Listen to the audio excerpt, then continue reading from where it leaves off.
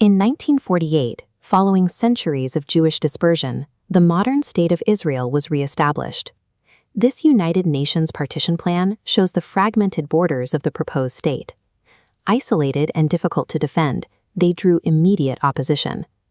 Panning out reveals the threat: coordinated invasions from Jordan, Egypt, Syria, and Iraq, pressing in on the newly partitioned land.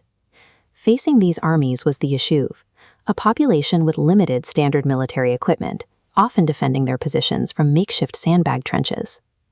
Based on the disparity in arms and geography, conventional military logic predicted the immediate collapse of the new state. Military resources were so scarce, one unit relied on moving a single cannon between positions, rattling tin cans to simulate the sound of reinforcements.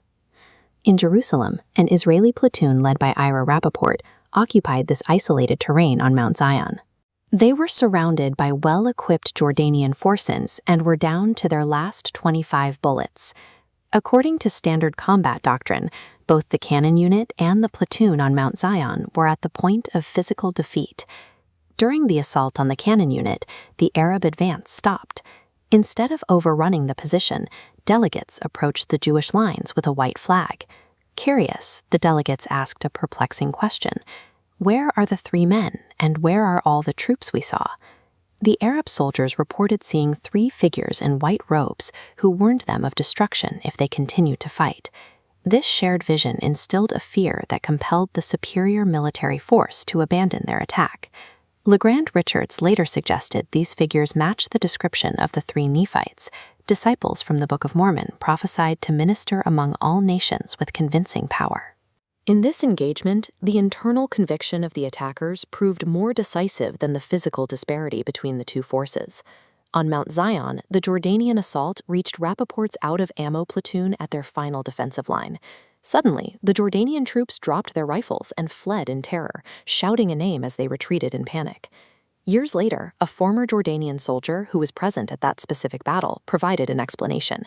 He claimed the troops saw a vision of Abraham in the sky, acting as a defender for the Israeli forces. Because Abraham is a foundational figure in Islam as well as Judaism and Christianity, the sight of him as an adversary triggered a specific spiritual terror for the Arab troops. This event illustrates a moment where shared ancient reverence functioned as a decisive battlefield factor. By the time of the 1949 armistice agreements, the state had survived the invasion and established its new boundaries. Standard tactical analysis struggles to explain how such under-resourced units maintained these specific positions against larger, well-supplied armies.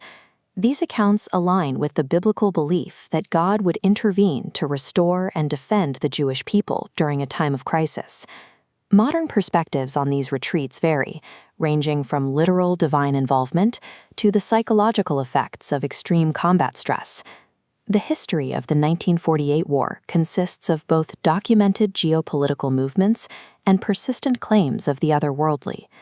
The 1948 conflict serves as a case where physical combat and ancient faith occupy the same historical record.